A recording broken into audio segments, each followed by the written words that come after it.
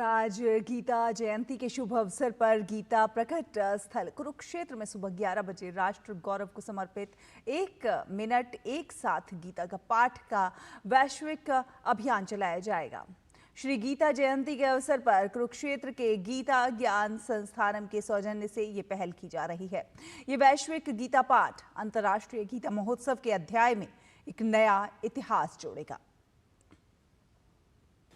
इस वक्त मैं हूं कुरुक्षेत्र की अत्यंत पावन धरा पर। यह है गीता ज्ञान संस्थानम, एक ऐसा पवित्र स्थान जहां पर भगवान श्री कृष्ण के गीता ज्ञान को संपूर्ण विश्व में पहुंचाने का कार्य हो रहा है। ये जो आप श्रीमद् भगवत गीता का रूप देख रहे हैं, ये बिल्कुल डिजिटल रूप होने जा रहा है। ये अष्टादश श्लोकी गीता है, यहाँ यानी 18 श्लोकों में से एक एक श्लोक लिए गए हैं, लेकिन इसको बाद में देश की सभी भाषाओं में और कई विदेशी भाषाओं में भी प्रकाशित करने का कार्यक्रम है। यहाँ पर महाभारती के उस विस्तृत इतिहास को बताने की कोशिश की गई है, जो पांडव कालीन यानी आज से 5161 वर्ष पूर्व जब ये गीता का ज्ञान मार्गशीर्ष मास की एकादशी तिथि को हुआ था, तब का ये चित्रण किया गया है। सबसे पहले भगवान सूर्य को गीता का ज्ञान दिया गया था और उसके बाद यहाँ पर आदिगुरु शंकराचार्य, जगतगुरु श्री रामानुजाचार्य, जगतगुरु श्री वल्लभाचार्य जी, श्री निम्बरकाचार्य जी, उदासीनाचार्य, जगतगुरु श्री चंद्र जी, चैतन्य महाप्रभु, संत ज्ञानेश्वर जी, यानी जो भी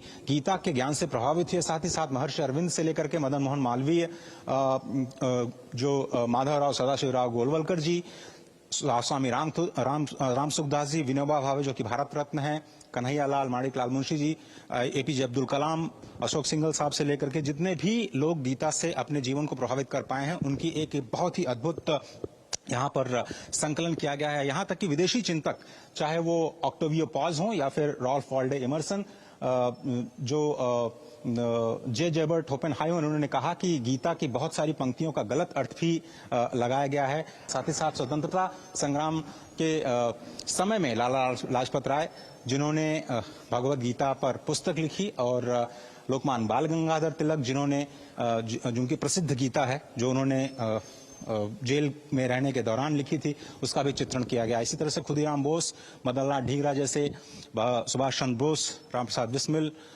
जैसे जो स्वतंत्रता सेनानी, जिनके जीवन में गीता ने एक अहम छाप छोड़ी, उसका भी चित्रण बहुत ही जबरदस्त तरीके से किया गया है।